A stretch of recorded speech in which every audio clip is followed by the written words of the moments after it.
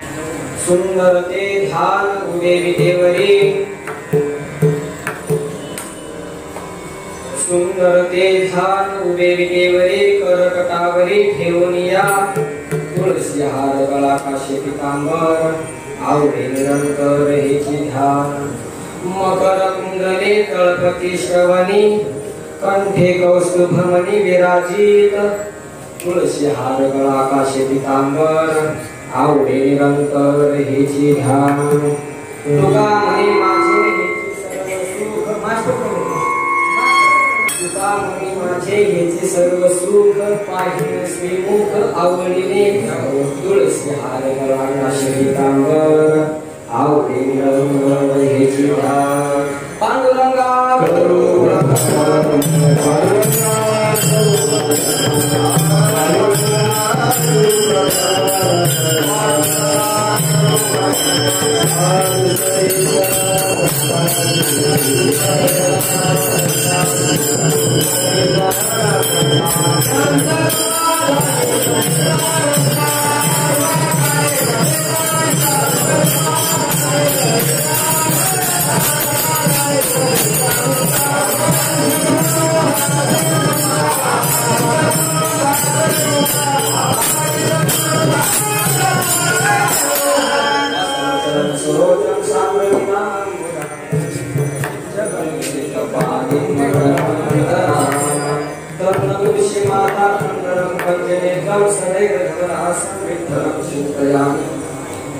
नमो ज्ञानेश्वरा, नमो ज्ञानेश्वरा, नमो सद्गुरु तुकया ज्ञानदीपा, नमो सद्गुरु रूपा, नमो सद्गुरु भक्तकल्याणमूर्ति, नमो सद्गुरु भास्करानंद संपादज्ञान जगदाय गुरुदेव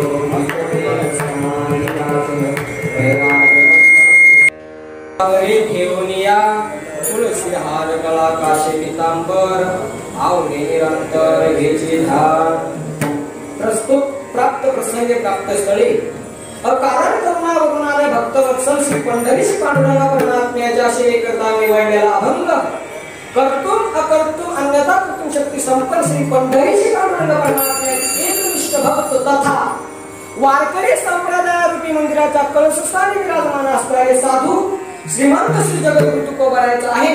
या अभंगातून जगद्गुरु तुकोबाराय मंगल साकार. विठाल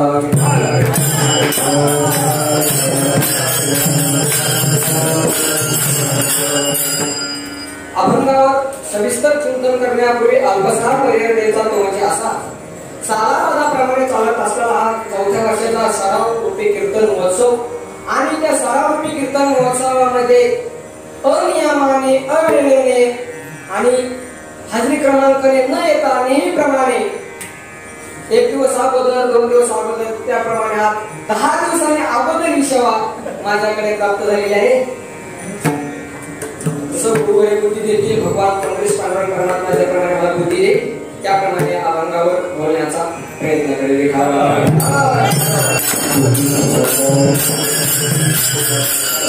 अभंगाकडे बोलण्यापूर्वी गुरुवारी बाबांच्या चरणी दंडावत, माझ्या पित्यांचे चरणी दंडवत, सर्व साधक वृंदाच्या चरणी दंडवत करतो आणि मी माझ्या सेवेकडे बोलतो. विठाल विठाल.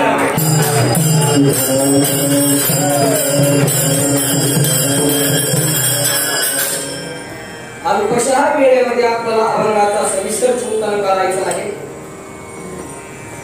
अभंग जगद्गुरु तुकोबारायांचा आहे, सर्वांच्या पाठांतरातील आहे. असा एकही व्यक्ती आपल्याला महाराष्ट्र भूमीवरती सापडणार नाही की त्याचा हा अभंग पाठ नाही किंवा त्याचा हा अभंग कानावर पडलेला. ज्याचा हा अभंग कानावर पडलेला नाही तो वारकरी नाही. निश्चित हा अभंग सर्व वारकऱ्यांच्या कानावर पडलेला आहे, सर्वांच्या पाठांतरातील आहे. आणि वारकरी संप्रदायामध्ये आपण कोणतेही कार्य करत असतो, कीर्तन असेल, भजन असेल, या अभंगाने त्या कीर्तनाची भजनाची सुरुवात होती. आपल्या आजच्या कीर्तनाची सुरुवात सुद्धा याच अभंगाने झाली. तो सुंदर ते ध्यान उभे विटेवरी या अभंगातून जगद्गुरु तुकोबाराय मंगल सांगतात. मंगल मंगल म्हणजे काय तर मंगल म्हणजे अशुभाचं निराकरण आणि शुभाची प्राप्ती, याचं नाव काय मंगल. मग मंगलाचे 3 प्रकार आहेत. एक आशीर्वाद रूप मंगल, दुसरं नमस्कार रूप मंगल आणि तिसरं वस्तू निर्देश रूप मंगल. विठाला विठाला.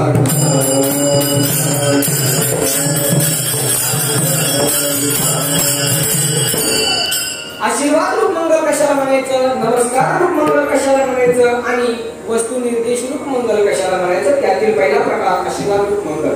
आशीर्वाद रूप मंगल म्हणजे काय तर न्याय प्रकाशामध्ये त्याची व्याख्या आलेली आहे.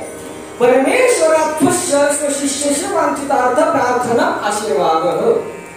परमेश्वरात म्हणजे काय, परमेश्वराकडून भगवंताकडून स्वश म्हणजे स्वतः करिता, परमेश्वरात स्वश स्वशिष्यशे स्व म्हणजे स्वतःच्या, शिष्यशे म्हणजे शिष्याकरिता, परमेश्वराकडून स्वतः करिता किंवा आपल्या स्वतःच्या शिष्याकरिता वांछित त्याला प्राप्त व्हावी अशी त्याची इच्छा असणारी, ती इच्छा प्राप्त व्हावी म्हणून केली जाणारी प्रार्थना म्हणजे काय, आशीर्वाद.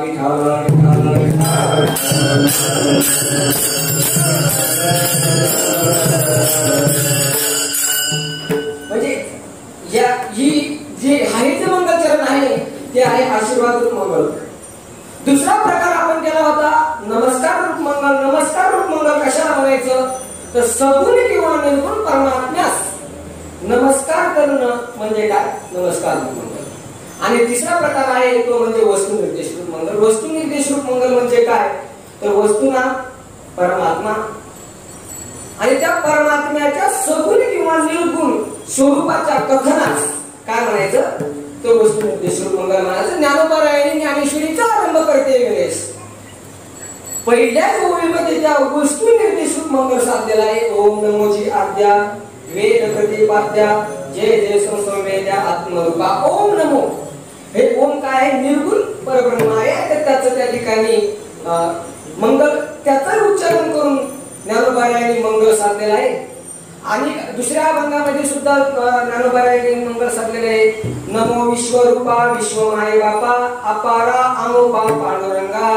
या अभंगामध्ये सुद्धा ज्ञानोबरायांनी मंगल साधलेले आहे. ते वस्तू निर्देश रूप मंगल.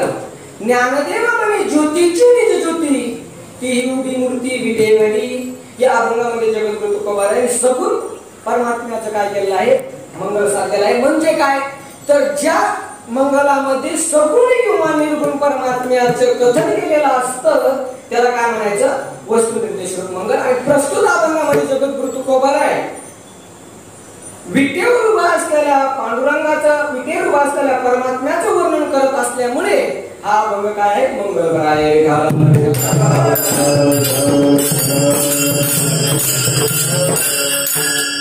या अभंगातून जगद्गुरु तुकोबारायांनी जे मंगल साधलेलं आहे ते वस्तू निर्देश रूप मंगल आहे.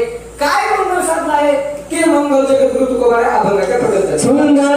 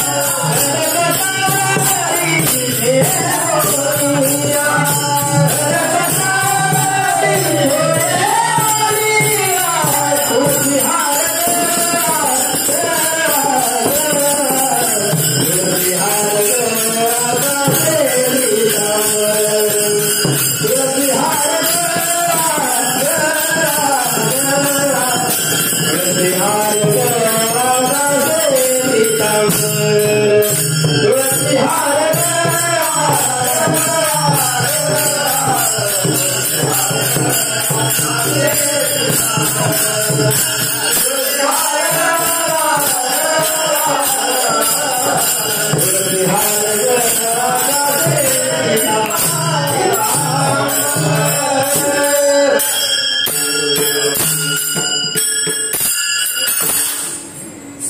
ते ध्यान उभे विटेवरी कर कटावरी ठेवूनिया, जे कटावरी कर ठेवूनी विटेवरी उभे ते ध्यान सुंदर. जगद्गुरु तुकोबाराय अभंगाच्या प्रथम चरणामधून वस्तू निर्देशक मंगल साधतात. जे कटावरी कर ठेवूनी विटेवरी उभे ते ध्यान सुंदर, म्हणजे जे कटावर कटना कमर, जे कमरेवर कर ठेवूनी, जे कमरेवर हात ठेवूनी विटेवर उभं आहे ते ध्यान काय सुंदर आहे. याचा अर्थ असा होतो की जगद्गुरु तुकोबाराय या अभंगामधून पंढरीश पांडुरंग परमात्म्याचे वर्णन करतात. मग याच अभंगामध्ये जगद्गुरु तुकोबारायांनी पांडुरंगाचं वर्णन केलेलं आहे का? फक्त एकाच अभंगामध्ये जगद्गुरु तुकोबारायांनी पांडुरंगाचं वर्णन केलेलं नाही, तर जगद्गुरु तुकोबारायांनी दुसऱ्याही अनेक अभंगामध्ये पांडुरंगाचं वर्णन केलेलं आहे. समचरण दृष्टी विटेवरी साजिरी, तेथे माझे हरी वृत्ती राहो. समचरण समदृष्टी साजिरी विटेवरी उभी, जे विटेवर उभा आहे आणि जे समचरणाने उभा आहे त्याचं जगद्गुरु तुकोबाराय अभंगातून वर्णन करतायत. अभंगाचा सुरुवात सुंदर या शब्दाने झाली. सुंदर पांडुरंग परमात्म्याचं, म्हणजे पांडुरंग परमात्मा सुंदर आहे असं जगद्गुरु तुकोबाराय वर्णन करतायत. मग फक्त पांडुरंगच सुंदर आहे का? या अभंगामध्ये फक्त पांडुरंगाचंच वर्णन आहे का? प्रभू रामचंद्राचं वर्णन नाही का? प्रभू रामचंद्र सुंदर नाहीत का? प्रभू रामचंद्र सुद्धा सुंदर आहेत. पण तुकोबारायांनी त्या सुंदरतेमध्ये अजून त्याच्या लक्षणामध्ये अजून थोडीशी भर घातली. ते सर्व कर कटावरी ठेवूनी विटेवरी उभे, ही तेवढी भर घातल्यामुळे हे लक्षण प्रभू रामचंद्राकडे जात नाही. कसं तर बघा, प्रभू रामचंद्र हे समपावलाने उभे नाही. प्रभू रामचंद्राचं एक पाऊल मागे एक पाऊल पुढे, आणि कटावरी कर नसून त्यांचे कर धनुष्यावरती आहे, आणि ते विटेवर उभा नाही, ते युद्धामध्ये उभे आहेत. म्हणून हे सुंदरतेचं लक्षण, हे वर्णन प्रभू रामचंद्राचं नाही. बरं, ठीक आहे.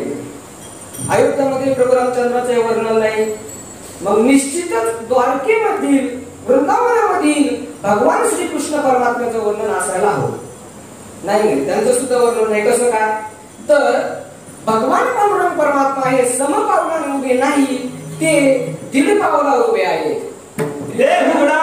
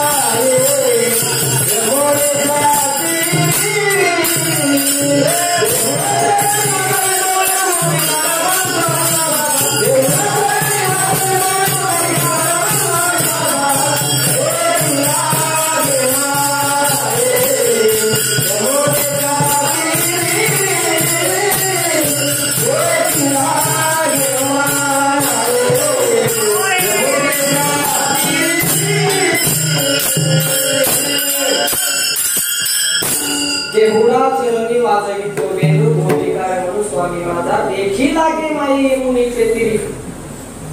देहुडा चरणी म्हणजे भगवान श्री कृष्ण परमात्मा हे दीड पावला उभे आहेत आणि त्यांच्या हातामध्ये बासुरी आहे. म्हणजे भगवान श्री कृष्ण परमात्मा हे समपावलाने उभे नाही, ते विटेवर उभे नाही, ते यमुनेच्या तीरावर उभे आहेत. समपावलाने नाही, दीड पावलावर उभे आहेत आणि त्यांचे कर हे कटावर नसून बासुरीवरती आहे. म्हणून हे वर्णन भगवान श्री कृष्ण परमात्म्याचं नाही. मग बोललं की परिशेष न्यायाने द्वापार युगाच्या नंतर कलियुग आणि बोललं की परिशेष न्यायाने हे वर्णन भगवान श्री पंढरीशी पांडुरंग परमात्म्याचं आहे. या अभंगातून जगद्गुरु तुकोबारा पंढरीशी पांडुरंग परमात्म्याचं वर्णन करतात की सुंदर ते ध्यान. ध्यान म्हणजे काय, तर ध्यान म्हणजे रूप. भगवान पांडुरंग परमात्म्याचं रूप हे अतिशय सुंदर आहे. ते म्हणजे काय, तर ते हे सर्वनाम आहे. हे सर्वनाम निर्गुण स्वरूपाचं बोधक आहे, निर्गुण स्वरूपाचं प्रतीक आहे. आणि ध्यान हा शब्द सगुण स्वरूपाचं बोधक आहे, स्वरूप स्वरूपाचं प्रतीक आहे. ध्यान या शब्दाचे आपल्याला कोशामध्ये अनेक अर्थ बघायला मिळते. ध्यान म्हणजे विचार, ध्यान म्हणजे एकाग्र चित्त, ध्यान म्हणजे लक्ष, ध्यान म्हणजे स्वरूप, ध्यान म्हणजे रूप. प्रस्तुत अभंगामध्ये आपल्याला ध्यान या शब्दाचा अभिप्रेत अर्थ असा आहे की ध्यान म्हणजे रूप. प्रस्तुत अभंगामध्ये ध्यान शब्दाचा अर्थ आपल्याला रूप हाच अभिप्रेत आहे. म्हणजे काय, सुंदर ते ध्यान, ध्यान म्हणजे रूप. भगवान पंढरीश पांडुरंग परमात्म्याचं रूप हे काय, अतिशय सुंदर आहे. सुंदर म्हणजे काय, तर सुंदरतेची व्याख्या आपल्याला अशी करता येईल की ज्याला बघितल्याच्या नंतर चित्त द्रवीभूत होतं, चित्त आनंदित होतं, त्याला काय म्हणायचं, सुंदर म्हणायचं. विठ्ठल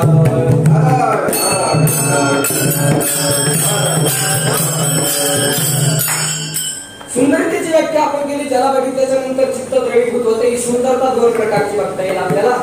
एक वृत्तिनिष्ठ सुंदरता आणि एक वस्तुनिष्ठ सुंदरता. वृत्तिनिष्ठ सुंदरता म्हणजे काय, आपल्या कल्पनेनुसार पुढच्याची जी सुंदरता बघितली जाते किंवा आपण बघतो त्या सुंदरतेला काय म्हणायचं, वृत्तिनिष्ठ सुंदरता. रामायणामध्ये प्रसंग आहे, सर्वांना ठाऊक आहे, तरी थोडस टच करून जातो.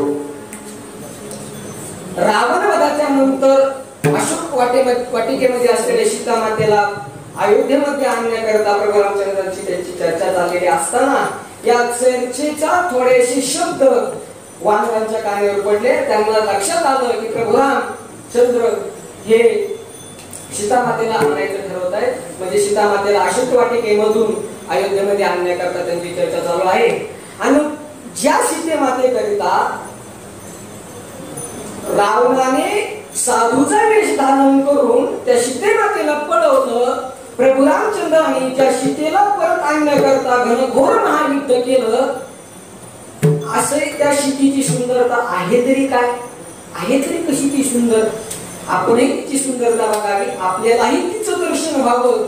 म्हणून वानराने भगवान हनुमंतरायाकडे इच्छा व्यक्त केली. हनुमंतरायांनी त्यांची इच्छा पूर्ण व्हावी, त्यांना सीता मातेचं दर्शन व्हावं, अशा प्रकारची व्यवस्था केली. आणि सीता मातेच्या वेळेस अयोध्येमध्ये आल्या आणि त्या वानराने ज्यावेळेस सीता मातेचं दर्शन केलं त्या वानरामध्ये कुजबूज चालू झाली, कुतूहल निर्माण झालं. ही सीता, या सीतेकरिता प्रभू रामचंद्रांनी युद्ध केलं, या सीतेकरिता त्या रावणाने साधूचा वेश धारण केला. काय सुंदर आहे ही सीता, हिला तर शेपूट सुद्धा नाही, हिला तर शेपूट सुद्धा नाही, हिचे तोंड पांढरे शुभ्र दिसते, पांढऱ्या तोंडाची ही सीता. मी नाही बोलत, ते वानरामध्ये चर्चा चालू होती.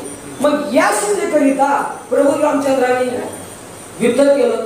मग ही जी सुंदरता बघितली त्या वानरांनी, ती सुंदरता फक्त कशाला मानत होते, शेपूट असणं आणि काळं तोंड असणं, याला ते सुंदरता मानत होते. आणि त्यांनी ज्यावेळेस सीता मातेला बघितलं, सीता मातेला शेपूटही नाही, त्यांचे तोंड काळे सुद्धा नाही.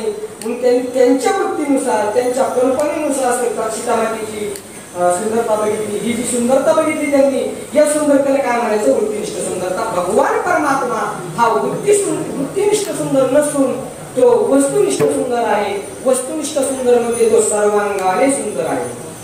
सर्वांगाने सुंदर म्हणजे कसं, तर भगवान परमात्मा हा नामतः सुंदर आहे, तो स्थानतः सुंदर आहे आणि तो स्वरूपतः सुंदर आहे. नामतः सुंदर म्हणजे चांगलं.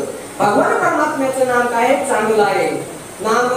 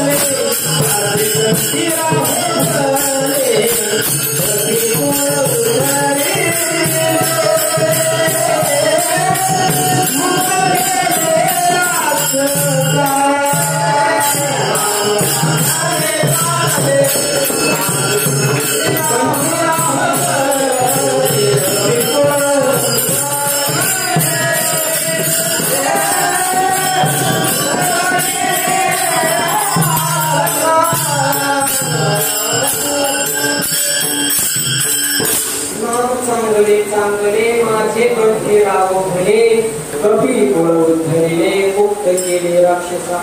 नाम चांगला आहे म्हणजे जन्म मरण रूपी संसार ज्याला निवृत्त करून सुख स्वरूप मोक्ष प्राप्त करून देतो म्हणून काय आहे नाम चांगलं आहे.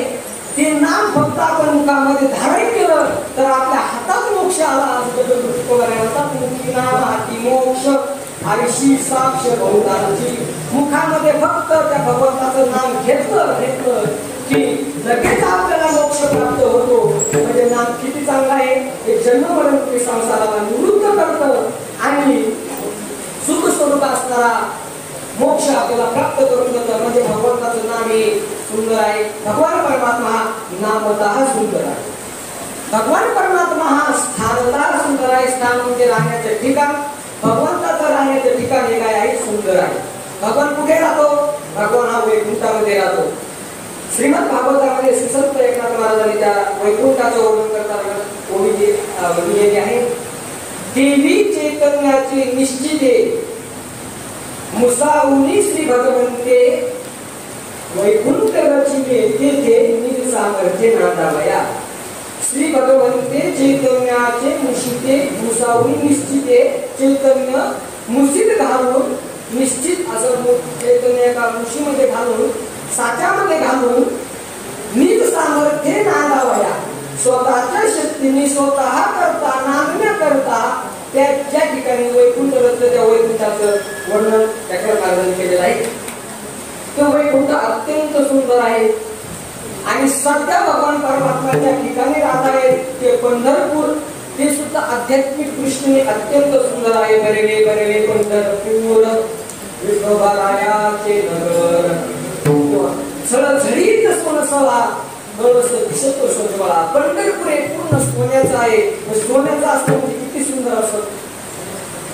लांबून पंढरपूरच्या त्या मंदिराचा कळस हा सोन्याचा कळस दिसतोय म्हणजे भगवान पांडुरंग परमात्म्याचं राहण्याचं ठिकाणी काय आहे सुंदर आहे. भगवान परमात्मा हा नामतः सुंदर आहे. तो स्थानतः सुंदर आहे आणि तिसरं म्हणजे तो स्वरूपतः सुंदर आहे. त्याच्या स्वरूपाचं वर्णन करत असताना सर्व संत मंडळींनी तोंड भरून वर्णन केलेलं आहे. ज्ञानोबा त्याचं वर्णन करतात. पांडुरंग कांती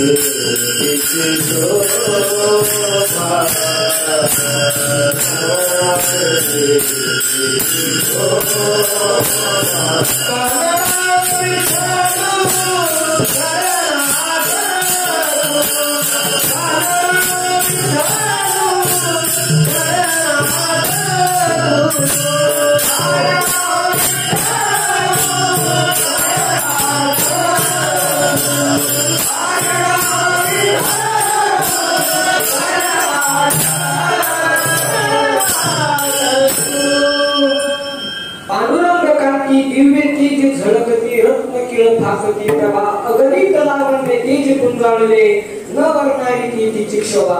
ज्ञानोबाने म्हणतात त्याच्या दिव्यतेची त्याच्या तेजेची एवढी दिव्यता आहे, त्याच्या लावण्याची अगणितता आहे, म्हणजे त्याचे लावण्य मोजता येत नाही. त्याच्या तेज एवढं दिव्य आहे की त्याचं वर्णन करण्याकरता माझ्याकडे काय नाही, शब्द नाही. असं भगवंताच्या स्वरूपाचं वर्णन ज्ञानोबाराय करतात. म्हणजे तो किती सुंदर आहे ते वर्णन करण्याकरता ज्ञानोबाराय म्हणतात माझ्याकडे शब्द नाही. नामदेवराय त्याचं वर्णन करतात. सगुण निवेशान लावण्य सुंदर नामया दातार केशवराज. नामयाचा दातार असणारा केशवराज हा सगुण मेघश्याम लावण्य सुंदर आहे. तो लावण्याचा पुतळा आहे. असा भगवान परमात्मा नामता सुंदर आहे, तो स्थानता सुंदर आहे, तो स्वरूपता सुंदर आहे. अशा प्रकारे भगवंताची सुंदरता ही दिव्य आहे. त्यामध्ये ते दिव्य सुंदरतेमध्ये आपल्याला परत दोन प्रकार पाहता येतात. आता तुम्ही म्हणाल हे सुंदर शब्दावर तितक्या वेळचं चालू आहे. अगोदर सुरुवातीला दोन प्रकार केले, त्याच्यामध्ये परत तीन प्रकार केले, आता हे तीन प्रकार झाल्याच्या नंतर परत दोन प्रकार केले. महाराज चाललंय काय नेमकं, तर ते तुम्हाला पटवून देण्याकरता परत दोन प्रकार करतो. एक लौकिक सुंदरता आहे आणि एक अलौकिक सुंदरता आहे. लौकिक सुंदरता तीन प्रकारची, एक प्राकृतिक सुंदरता, एक उपकृतिक सुंदरता आणि तिसरी म्हणजे विकृतिक सुंदरता. प्राकृतिक सुंदरता म्हणजे काय, तर प्राकृतिक सुंदरता म्हणजे प्रकृतिनिष्ठ जी सुंदरता असते तिला प्राकृतिक सुंदरता म्हणतात. प्रकृतिनिष्ठ सुंदरता म्हणजे जी नैसर्गिक सुंदरता आहे तिला प्राकृतिक सुंदरता म्हणतात, तिलाच प्रकृतिनिष्ठ सुंदरता म्हणतात. ही नैसर्गिक सुंदरता कशी, जर एखादे बालक आहे 5-6 महिन्याचे बालक आहे आणि त्या बालकाकडे बघितल्याच्या नंतर त्याच्या ठिकाणी जी तेज दिसते, त्याच्या ठिकाणची जी सुंदरता दिसते, ती सुंदरता कोणतं पावडर लावल्याच्या नंतर आलेली आहे, कोणती क्रीम लावल्याच्या नंतर ती सुंदरता आलेली आहे, ती कोणतं पावडर लावल्याच्या नंतर त्याच्या ठिकाणी ती सुंदरता आलेली नाही, कोणती क्रीम लावल्याच्या नंतर ती सुंदरता आलेली नसून ती सुंदरता जी आहे ती नैसर्गिक सुंदरता आहे, ती प्रकृतिनिष्ठ सुंदरता आहे, ती प्राकृतिक सुंदरता आहे. परत उदाहरण द्यायचं झालं तर नदी, डोंगर यांच्या ठिकाणी आपल्याला सुंदरता दिसते. ती सुंदरता कशी आहे, ती नैसर्गिक सुंदरता आहे. याला काय म्हणायचं, प्राकृतिक सुंदरता म्हणायचं. दुसरा प्रकार आहे उपकृतिक सुंदरता. ही उपकृतिक सुंदरता ही नैसर्गिक सुंदरता नसून ती मानवीकृत सुंदरता आहे. मानवाने निर्माण केलेली जी सुंदरता आहे तिला उपकृतिक सुंदरता म्हणतात. ती कशी, तर आपण लग्नामध्ये जातातच, लग्नामध्ये वधूला बघतात, वरालाही बघतात. त्यांना जे मेकअप फासून त्यांच्यावर दागदागिने घालून, त्यांना नवे कपडे, अशा प्रकारचे कपडे चांगले घालून, मेकअप करून, दागदागिने घालून त्यांच्या ठिकाणी जी सुंदरता निर्माण केली जाते, ती वधू तो वर मुळतः तरी सुंदर दिसत नसता तरी मेकअप करून, दागदागिने घालून, चांगले कपडे घालून त्याला सुंदर बनवलं जातं. ती जी सुंदरता आहे ती उपकृतिक सुंदरता आहे. आपल्याला नाटकामध्ये सुद्धा बघायला मिळतं की मेकअप करून जी सुंदरता निर्माण केली जाते तिला प्राकृतिक सुंदरता म्हणतात. जी मानवीकृत आहे, ती नैसर्गिक आहे. सुंदरता, लौकिक सुंदरतेचा पहिला प्रकार झाला प्राकृतिक सुंदरता, दुसरा प्रकार आहे उपकृतिक सुंदरता आणि तिसरा प्रकार आहे विकृतिक सुंदरता. आता ही विकृतिक सुंदरता म्हणजे काय, तर विकृतिक सुंदरता ज्या सुंदरतेला बघितल्याच्या नंतर, जी सुंदरता बघितल्याच्या नंतर मनामध्ये दुर्भावना निर्माण होते, मनामध्ये व्यभिचार निर्माण होतो, दृष्टभाव निर्माण होतो, अशा प्रकारची जी सुंदरता आहे त्या सुंदरतेला काय म्हणायचं, विकृतिक सुंदरता म्हणायचं. उदाहरण द्यायचं झालं तर पुन्हा भक्तीकडे बघितल्याच्या नंतर कोणाच्या मनामध्ये भक्ती करावी म्हणून असं मनामध्ये आलंय का, नाही. त्या गोकुळामध्ये ज्यावेळेस पुतणीने प्रवेश केला त्यावेळेस त्या पुतणीच्या मागे तरुणच लोक लागले होते असं नाही, त्या पुतणीच्या मागे म्हातारे सुद्धा लागले होते. मग ज्या पुतणीकडे बघून विचार निर्माण झाला त्या म्हाताऱ्या माणसाच्या मनामध्ये सुद्धा ही सुंदरता म्हणजे कोणती आहे, विकृतिक सुंदरता. रामायणामध्ये शूर्पणखीची जी सुंदरता आहे ती सुंदरता विकृतिक सुंदरता आहे. सुंदरतेचे दोन प्रकार केले, लौकिक सुंदरता, अलौकिक सुंदरता. लौकिक सुंदरतेचे 3 प्रकार केले आपण. प्राकृतिक सुंदरता, उपकृतिक सुंदरता आणि विकृतिक सुंदरता. आणि भगवान परमात्मा हा लौकिक सुंदर नसून तो अलौकिक सुंदर आहे. लौकिक सुंदरता ही ब्रह्मदेवाने निर्माण केलेली जी सृष्टी आहे त्या सृष्टीमधील जी सुंदरता आहे ती लौकिक सुंदरता आहे. आणि अलौकिक सुंदरता ही भगवंताच्या नामाच्या ठिकाणी, भगवंताच्या रूपाच्या ठिकाणी, भगवंताच्या ध्यानाच्या ठिकाणी, भगवंताच्या स्वरूपाच्या ठिकाणची जी सुंदरता आहे ती म्हणजे कोणती सुंदरता? ती अलौकिक सुंदरता आहे. आणि ही अलौकिक सुंदरता ब्रह्मदेवाने निर्माण केलेल्या सृष्टीच्या पलीकडे असल्यामुळे ब्रह्मदेवाला ही सुंदरतेचा महिमा कळत नाही. ब्रह्मादिकांना कळे खोळ तेही आकळ धरलेले. ब्रह्मदेवाला फक्त काय कळतं? ब्रह्मदेवाला फक्त एवढंच कळतं पंचमहाभूताचं जे कार्य आहे त्या कार्याचं फक्त ब्रह्मदेवाला ज्ञान आहे. त्याच्या पलीकडे काय आहे हे ब्रह्मदेवालाही कळत नाही. मग ही जी भगवंताची जी सुंदरता आहे ती अलौकिक सुंदरता आहे. आणि हा अलौकिक सुंदर असल्यामुळे भगवान तुकोबार आहे त्याच्या सुंदरतेचं वर्णन करतात. सुंदर ते ध्यान उभे विटेवरी. आता सुंदर म्हणजे काय? सुंदरतेचे प्रकार बघितले. आता आपल्याला आता त्याच्या पुढे थोडंसं जायचं कारण आपल्याकडे राहिले फक्त 15 मिनिट. आणि 15 मिनिटांमध्ये 3.5 चरण सोडायचे राहिले आपल्या अजून. मग त्या 15 मिनिटांमध्ये आपल्या 3.5 चरण सोडायचे असल्यामुळे आता थोडंसं आपण धावत्या वेगाने चालू. म्हणजे बाबा सांगत असतात वाणीत असताना कुठं पडलं काय कुठं पडलं नाही. त्याप्रमाणे आता आपल्याला राहिलेल्या 3.5 चरणाचं चिंतन करायचंय. कर कटावरी ठेवून या भगवंताने कर म्हणजे हात, कटावर म्हणजे कमरेवर ठेवलेले आहे. याचे आपल्याला 3 भाव बघता येतील. भगवंताने कटावर कर का ठेवले आहे तर भगवंताने आपल्या भक्तांकरिता 3 भाव सांगितलेले आहे. याच्यामध्ये अभयता, सहजता, निष्कामता. अभयता म्हणजे काय तर हा जो भवसागर आहे हा भवसागर माझ्या भक्तांना तरुण जाण्याकरिता सोपा आहे, सहज आहे, सुलभ आहे हे सांगण्याकरिता भगवंताने कमरेवर हात ठेवले. ते कमरेवर हात ठेवण्याचं कारण असं की हा जो भवसागर आहे तो फक्त माझ्या भक्तांकरिता कमरेवर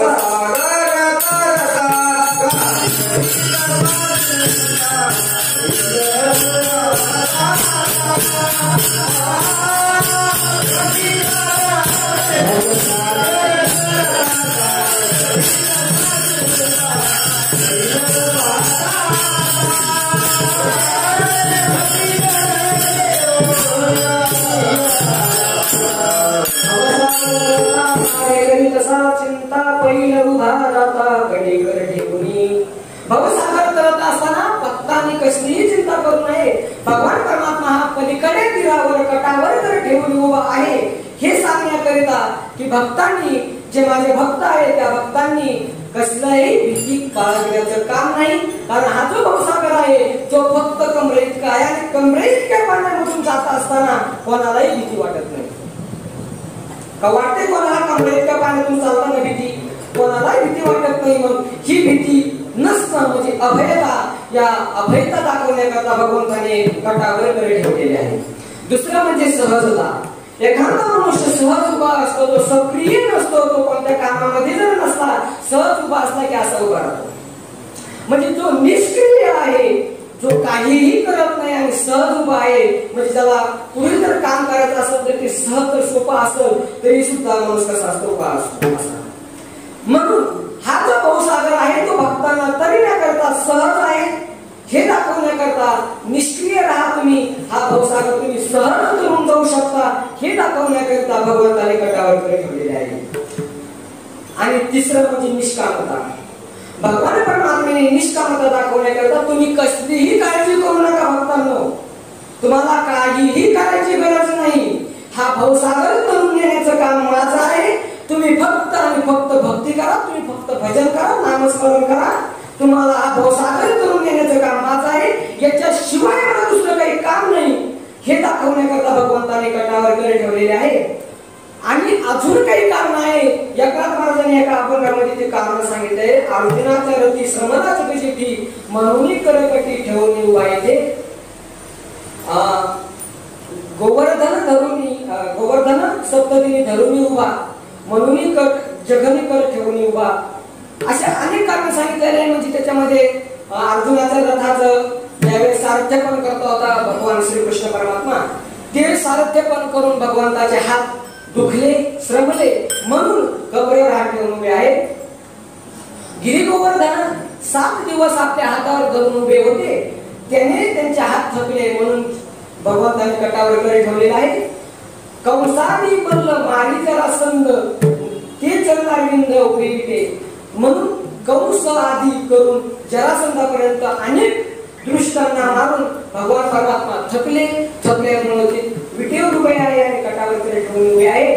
आणि धर्मराजांच्या राजश्री यज्ञामध्ये उष्ट्या पात्रवाळ्या उचलण्याचं काम भगवंताकडे होतं. ते उष्ट्या पात्रवाळ्या उचलून भगवान परमात्म्याची कंबर दुखली, हात दुखले. त्या श्रमामुळे भगवान परमात्म्याने कटावर कडे ठेवलेले आहे असं एक कारण त्या ग्रंथाला सांगितलेले. आणि भक्त पुंडलिकाला देखून तल्लीन झाले म्हणून भगवान परमात्म्याने कटावर कडे ठेवलेले आहे. भगवान परमात्म्याने कटावर कडे ठेवलेले आहे आणि तो विटेवर उभा आहे. विटेवर का उभा आहे तो, तर त्यामागे कथा अशी आहे की भगवान परमात्मा विटेवर उभा राहण्याचे कारण असं की वृत्रासुराच्या शापामुळे शापित असलेला इंद्र दंडकारण्यामध्ये वीट होऊन पडला आणि त्या इंद्राने वीट होऊन पडलेल्या इंद्राने भगवंताची शरणागती पत्करल्यामुळे भगवान परमात्मा त्या विटेवर उभे आहेत. हे भाग्य त्या विटेला प्राप्त झालं. कशामुळे प्राप्त झालं, भगवंत परमात्म्याची त्यांनी शरणागती केल्यामुळे भगवान परमात्म्याच्या चरणाचा स्पर्श त्या विटेला झाला. हे भाग्य त्या विटेला प्राप्त झालं. अजून काय कारण आहे, आजपर्यंत भगवान परमात्मा त्या विटेवर उभा राहण्याचे कारण असं आहे की पुंडलिक रायाने भगवान परमात्म्याकडे प्रार्थना केली की भगवंता नच जावे माझ्या गावावरून तुम्ही जाऊ नका, याच विटेवर तुम्ही असेच उभे राहा.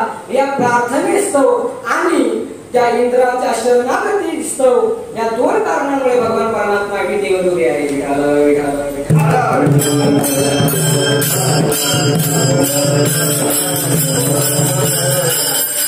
भगवान परमात्मा हा सुंदर आहे, त्याचं स्वरूप सुंदर आहे. प्रथम चरणामध्ये सांगितलं तो विटेवर का उभा आहे याचेही कारण तुम्ही सांगितले. भगवान परमात्मा अजून कसा सुंदर आहे हे सुंदर सांगण्याकरता तुकोबर आहे वस्त्र अलंकाराचं थोडस त्या ठिकाणी वर्णन करून त्या भगवंताची सुंदरता व्यक्त करतात. आपण माझ्या द्वितीय चरणात तुळसी हार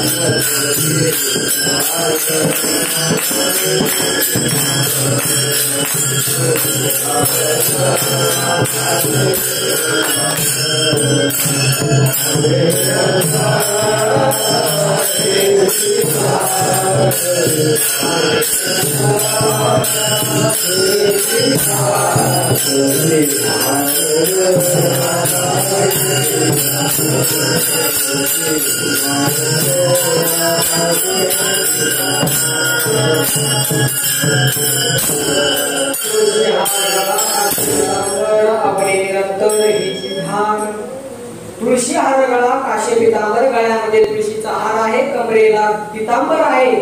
असे जे स्वरूप आहे, असं जे ध्यान आहे ते मला निरंतर आवडतं असं अभंगाच्या तिथे चरणात म्हणतात. गळ्यामध्ये तुळशीचा हार आहे. त्याच्या मागे कारण काय आहे ते त्या परवादिवशी कीर्तन झाले, त्या कीर्तनामध्ये श्याम महाराजांनी तसं विस्तृत चिंतन केलेलं आहे. आपल्याकडे वेळही नाही आधी चिंतन करण्याकरिता थोडस टच करून चालतो. भगवान परमात्म्याने गळ्यामध्ये तुळशीची माळा जी घातलेली आहे ती का घातलेली आहे, माला ह्या 5 प्रकारच्या माला आहेत. त्याच्यामध्ये वीरमाला, वरमाला, वनमाला, वैजयंती माला आणि तुळशी माला आहे. जी वनमाला आहे त्या वनमालेमध्ये वात्सल्य भाव आहे. जी वरमाला आहे त्या वरमालेमध्ये शूर भाव आहे आणि जी वरमाला आहे त्या वरमालेमध्ये काम भाव आहे. जी वैजयंती माला आहे त्या वैजयंती मालेमध्ये स्नेह भाव, वात्सल्य भाव आहे. आणि जी तुळशी माला आहे त्या तुळशी मालेमध्ये वात्सल्य भाव आणि भक्ती भाव आहे. आणि ती तुळशी माला गळ्यामध्ये घालण्याचं कारण असं आहे की तुळशी अत्यंत पवित्र आहे. ते कारण श्याम महाराजांनी सांगितलेले सर्वांना ज्ञात आहे पवित्र कशी आहे म्हणून. आणि त्या पवित्र तुळशीला गळ्यात घातल्याच्या नंतर त्याने गळ्यामध्ये घातलं तो स्वतः पवित्र होतो आणि संपूर्ण त्रिभुवनाला पवित्र करतो. म्हणून भगवंताने तुळशीची माळ गळ्यामध्ये घातली. आणि तुळशीची माळ गळ्यामध्ये घालण्याचं कारण असं आहे की ज्या सर्व भक्तांनी माझ्या गळ्यामध्ये जशी तुळशीची माळ गळ्यामध्ये आहे तशी सर्व भक्तांनी तुळशीची माळ गळ्यामध्ये घालावी हा संदेश देण्याकरिता सुद्धा भगवंताने गळ्यामध्ये माळ घातलेली असावी. आणि भगवान भक्तांनी गळ्यामध्ये तुळशीची माळा घालून हे संपूर्ण त्रिलोक्य पावन करावं पवित्र करावं हा संदेश देण्याकरता भगवंताने गळ्यामध्ये तुळशीची माळ घातलेली आहे. कमरेला पितांबर आहे. पितांबरच का? पित म्हणजे पिवळा, अंबर म्हणजे वस्त्र. याचं सुद्धा विश्लेषण झालेलं आहे. आपल्याकडे फक्त 5 मिनिटं राहिलेली आहेत आणि 2 चरण बाकी. मग पितांबर घातलं नेसलेलं आहे असं ध्यान तुकोबाराय म्हणतात. मला निरंतर आवडतं. अजून कसा सुंदर आहे तो परमात्मा. मकर कुंडले तळपती श्रवणी कंठी कौस्तुभमणी विराजित. त्याच्या कानामध्ये त्याच्या कुंडले घातलेले आहे. कोणतं कुंडल आहे तर मकर नावाचं कुंडल आहे. 7 प्रकारचे कुंडल आहे. करकमल कुंडल, विराजित कुंडल, विराजित कुंडल, कर्णपुर कुंडल, स्तुंखल कुंडल, मकर कुंडल अशा प्रकारचे 7 कुंडल आहे. त्याच्यामध्ये 7 नंबरचं कुंडल आहे ते मकर कुंडल आहे. ते अतिशय सुंदर आहे. आणि ते कुंडल भगवंताने ते माशाच्या आकाराचं कुंडल भगवंताने कानामध्ये घातलेलं आहे आणि ते अतिशय झळकत आहे तळपत आहे असं तुकोबाराय म्हणतात. मकर कुंडले तळपती श्रवणी आणि कंठी कौस्तुभमणी विराजित. कंठामध्ये कौस्तुभमणी घातलेला आहे. तर कंठी कौस्तुभमणीची कथा अशी आहे की ज्यावेळेस क्षीरसागराचं मंथन झालं त्या क्षीरसागराच्या मंथनातून 14 रत्न बाहेर आले. त्या 14 रत्नापैकी कौस्तुभ नावाचा जो मणी आहे तो सुद्धा बाहेर आला. सर्व देवांच्या दैत्यांच्या आडला असतो. भगवंताने तो कौस्तुभ मणी आपल्या कंठामध्ये धारण केलेला आहे.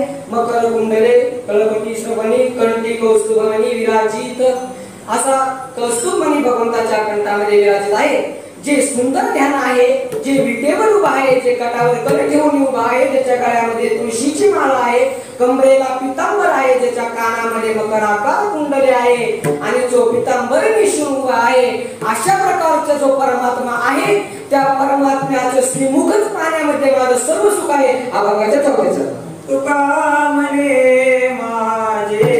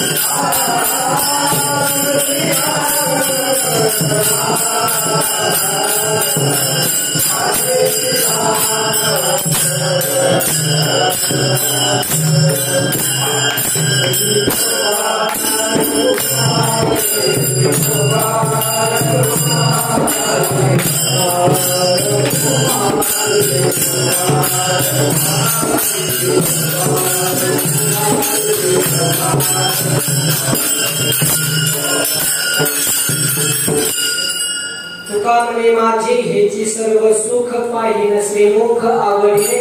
जगद्गुरु तुकोबारा अभंगाच्या चतुर्थ चरणात सांगतात की तुका म्हणे माझे हेची सर्व सुख हा पांडुरंग परमात्मा हाच माझं सर्व सुख आहे आणि त्याला मी त्याचं श्रीमुख मी आवडीने पाहिजे. त्या अभंगावर थोडासा विस्तार करायचा झाला. तुम्हा सर्वांचे मी 10 मिनिट अजून घेतो. 5 मिनिट. सुख म्हणजे काय, सुखाचे प्रकार किती, काल्पनिक सुख कोणतं, खरं सुख कोणतं आणि भगवान पांडुरंगाच्या विग्रहामध्ये जगद्गुरु तुकोबारायांना ते सुख कसं मिळालं त्याचा थोडासा आपण विस्तार करू. त्याचं कारण असं की सर्वजण फक्त जे सुरुवातीचे 3 चरण आहे त्या चरणावर सर्वजण विस्तार करतात. शेवटच्या चरणावरती बोलण्याचा कोणीही जास्त प्रयत्न करत नाही. तेवढा मोठेपणा तेवढं धाडस मी या चरणावर बोलण्याचं करतोय. म्हणजे सगळे करत नाही, मी कोणाला आरोप नाही करत, पण वेळ भेटत नसल्यामुळे करत नाही. पण माझं हे शेवटचं कीर्तन आहे प्रॅक्टिस मधलं, कारण याच्यानंतर होणारच नाही. म्हणून थोडासा चिंतन करण्याचा प्रयत्न करतोय. तुमची फक्त अजून 5 मिनिटं घेतो. सुख म्हणजे काय तर विषयाच्या प्राप्तीमध्ये जी अनुकूल संवेदना प्राप्त होती, जी अनुकूल संवेदना आहे त्याचं नाव काय आहे, त्याचं नाव काय आहे, सुख आहे. या सुखाचे 2 प्रकार आहेत, एक विषय सुख आणि एक आत्मसुख. विषय सुख म्हणजे काय, विषयापासून जे निर्माण आपल्याला सुख होतंय ते विषय सुख. ते विषय सुख क्षणिक आहे. विषयाचे समसुख वेगळ्याची वावले आबराची सावली राहिले राया. ते सुख कसं आहे तर आबराची सावली ज्याप्रमाणे जास्त वेळ राहत नाही ती क्षणिक आहे, त्याप्रमाणे विषयापासून जे आपल्याला सुख प्राप्त होतं ते सुख कसं आहे, ते क्षणिक सुख आहे आणि ते दुःख देणारं आहे. मग खरं सुख कोणतं आहे, खरं सुख आहे आत्मसुख. आत्म्यापासून जे सुख आपल्याला आत्मज्ञान झाल्याच्या नंतर जे सुख प्राप्त होतं ते सुख म्हणजे काय, खरं सुख आहे. आणि जगद्गुरु तुकोबाराला पांडुरंगाच्या विग्रहामध्ये तिथे सुख कसं मिळालं तर त्याचं थोडंसं त्याचं असं समाधान करता येईल आपल्याला की भगवान परमात्मा हा सुख स्वरूप आहे. सुख म्हणजेच काय आहे, परमात्मा आहे. सुख म्हणजेच ब्रह्म आहे आणि ते ब्रह्म पंढरपूरला आहे. नेनो ब्रह्म मार्ग चुकले उघडे पंढरपुरा आले भक्त कुंडलिके देखिले उभे केले समचरणी. बरोबर विटेवर ज्ञानो ब्रह्म मार्ग चुकले उघडे पंढरपूरला आले. पंढरपूरला जो परमात्मा आहे तो पांडुरंग परमात्मा आहे. म्हणजे जे ब्रह्म जे सुख स्वरूप ब्रह्म आहे ते सुख स्वरूप असणारं ब्रह्म पंढरपूरला आहे आणि पंढरपूरला असणारं जे ब्रह्म आहे त्याचं नाव पांडुरंग आहे. आणि त्या पांडुरंगाच्या स्वरूपामध्ये त्या पांडुरंगाच्या रूपामध्ये तुकोबरायाला ते सर्व सुख मिळालं. सर्व सुख म्हणजे काय? हा पांडुरंगच सर्व सुख आहे. तो सर्व सुख असणारा पांडुरंग परमात्मा बघितल्याच्या नंतर तुकोबराया म्हणतात मला सर्व सुख होतं. तुका म्हणे माझे हेची सर्व सुख हा परमात्माच हेची चल लावल्यामुळे चक्कर लावल्यामुळे बाकीचे जे सुख सांगितलेले आहे विषयाधिक जे सुख आहे त्या विषयाधिक सुखाला होकार केला जातं आणि फक्त जे पांडुरंगाच्या ठिकाणी जे सुख आहे तेच सुख सर्व सुख आहे असं जगत तुकोबराया शेवटच्या चरणात म्हणतात. तुका म्हणे माझे हेची सर्व सुख पाहिलं श्रीमुख आवडीने. भगवंताचे अनेक सगुण रूप आहेत. सगुण अवतार भगवंताचे भरपूर अवतार आहेत. सगुण अवतार भरपूर असले तरी भगवान पांडुरंगाचे पुष्कळ अवतार असले जरी तरी तुकोबरायाला फक्त जे विटेवर उभे आहे कटाप्रकारे घेऊन आहे तेच ध्यान निरंतर आवडतं. आवडे निरंतर हेचे ध्यान तुळशी हार गळा आकाश पितांबर आवडे निरंतर हेचे ध्यान. ज्ञानेश्वर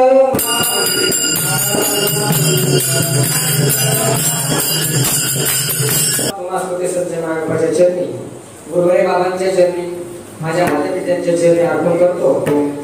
जे काही बरोबर असेल ते सर्व गुरुवाऱ्यांचं आहे. गुरुबंधूंच्या सानिध्यात जे प्राप्त झालं ते गुरुबंधूंच्या सानिध्यात प्राप्त झालेलं जे काही बरोबर आहे ते त्यांचं आहे. आणि जे काही तुम्हाला चुकीचं वाटत असेल ते माझ्या बुद्धीचे दोष आहेत ते माझ्या मला परत करा. त्या 4 वर्षामध्ये माझ्याकडून कोणासोबत गैरवर्तन झालं असेल कोणाला खालीवर बोलण्यात आला असेल तर मोठ्या भावाच्या अंतकरणाने वडिलांच्या अंतकरणाने ते सर्व साधकांनी मला माफ करावं. आणि याच्यानंतर अशी सेवा होणार नाही त्याच्यामुळे हे माफीचं कीर्तन आहे असं समजून मला माफ करावं. कोणाला काही बोलण्यामध्ये कारण माझा बोलण्याचा स्वभावच आहे मी आडवं बोलत चालतो कधी पण त्याच्यामुळे कोणाचं मन दुखवलं असेल माझ्या बोलण्याने तर त्यांनी मला माफ करावं. झालेली सेवा तुम्हाला सर्वांच्या चरणी अर्पण करून शेगडात पूर्ण केला.